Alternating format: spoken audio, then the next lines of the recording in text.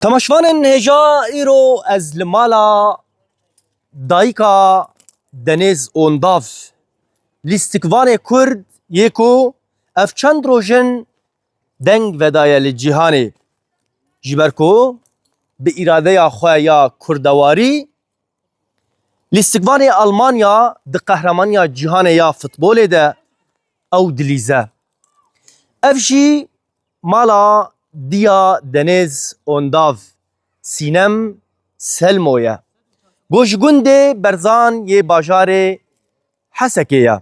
Ev çend rojin çapemeniya cîhanê behsa Denêz Ondav dike lê beşek ji wê çapemenê jî dixwaze vê rastiyê veşêre.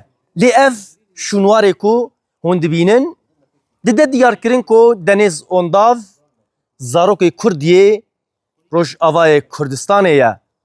Bêguman em tev de serbilindin.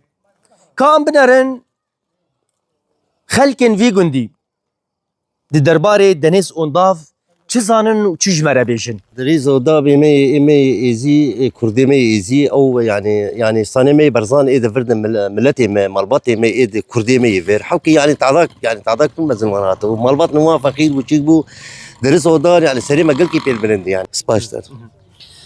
Belê ev gundiyekî Diya Denêz Ondav e dibêje em tev de pê serbilindin. Helbet bi rastî em jî bi Denêz Ondav serbilindin ku ew îro di qehremanîya cîhanê de futbolê de dilîze û gelek gavên baş tê de avêtine. Ew jî dixwazin serkeftin ji bo Denêz Ondav.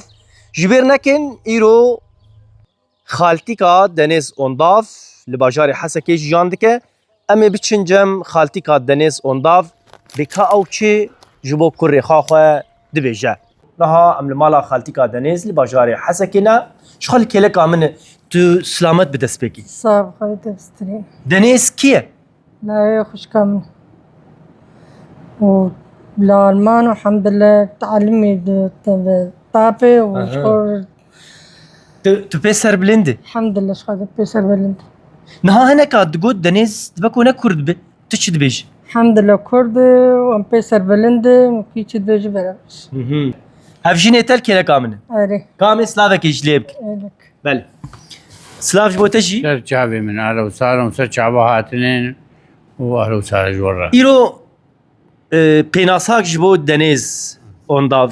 Denêz Ondav kî ye? Kurd û kurmancî. دنيز لاوي عادل لاوي اي دلفه جوران شعري قندي زوراي جياويش قندي برزان ناوي عدلا شيغوي شي سرقزا سلمي شيغوي امارة معوكلش مالك معروف ناس كد مروان هذا عشيرة شرقيان عشيرة منن هم جمارة بشي عفدين او جي شرقين براوان مروان عشيرة منن قندي برزان تشيبونه حياة سافرين ألمان زوجي شو ألمانيا